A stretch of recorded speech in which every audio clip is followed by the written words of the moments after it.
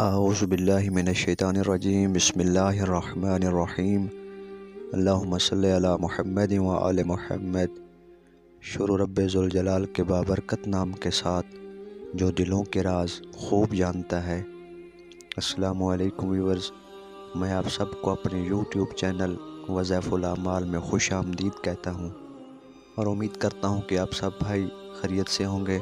اللہ تعالیٰ آپ سب کو اپنی حفظ و امان میں رکھے، آمین ثم آمین۔ ناظرین، حضرت علی علیہ السلام کے پاس ایک عیسائی یہودی آیا اور آپ کو لاجواب کرنے کے لیے 2 سوال کیے۔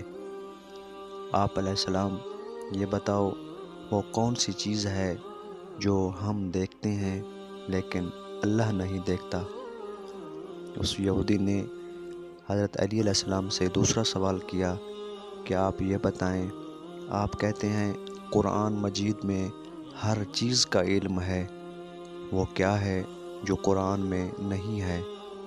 تو حضرت علی علیہ السلام مسکرائے اور آپ نے کہا کہ اے یہودی، تو نے جو پہلا سوال کیا تھا کہ وہ کیا چیز ہے جو ہم دیکھتے ہیں اللہ نہیں دیکھتا، وہ خواب ہے جو انسان تو دیکھتا ہے مگر اللہ نہیں دیکھتا، کیونکہ اللہ کو نیند نہیں آتی۔ اور دوسرے سوال کا جواب ہے، قرآن مجید میں سب کچھ لکھا ہے مگر اس میں جھوٹ نہیں لکھا۔ ایک شخص نے بادشاہ کی خدمت کا ارادہ کیا۔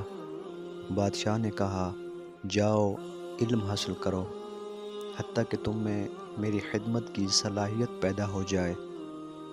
جب وہ علم کے حصول میں مشغول ہوا، علم کی لذت چکھی، تو بادشاہ نے اس کی طرف پیغام بھیجا۔ اس نے کہا، اب تعلیم کو خیر بات کہہ دو، تم میری خدمت کے قابل ہو گئے ہو۔ اس شخص نے جواب دیا، میں اس وقت تیری خدمت کا اہل تھا جب تو مجھے اس کا مستحق نہیں سمجھتا تھا، اب تو مجھے اپنی خدمت کا اہل سمجھتا ہے مگر میں خود کو اللہ تعالیٰ کی خدمت کا اہل سمجھتا ہوں، کیونکہ میں اپنی جہالت سے صرف یہی سمجھتا تھا کہ دروازہ صرف تیرا ہی ہے، مگر اب مجھے علم سے معلوم ہوا ہے کہ حقیقی دروازہ میرے رب کا دروازہ ہے۔ حضرت علی علیہ السلام کے رومال کی تاثیر بھی عجیب تاثیر ہے۔ حضرت علی علیہ السلام کے دور خلافت میں مدینہ طیبہ میں ایک مرتبہ آگ نکلی تو حضرت علی علیہ السلام نے حضرت تمیم داری کو بھیج دیا۔ انہوں نے اپنے رومال کو چابک کی طرح بنا لیا اور اس رومال کو آگ پر مارنا شروع کر دیا۔ آگ اس طرح پیچھے ہٹی جیسے چابک کے لگنے سے جانور بھاگ رہا ہوتا ہے۔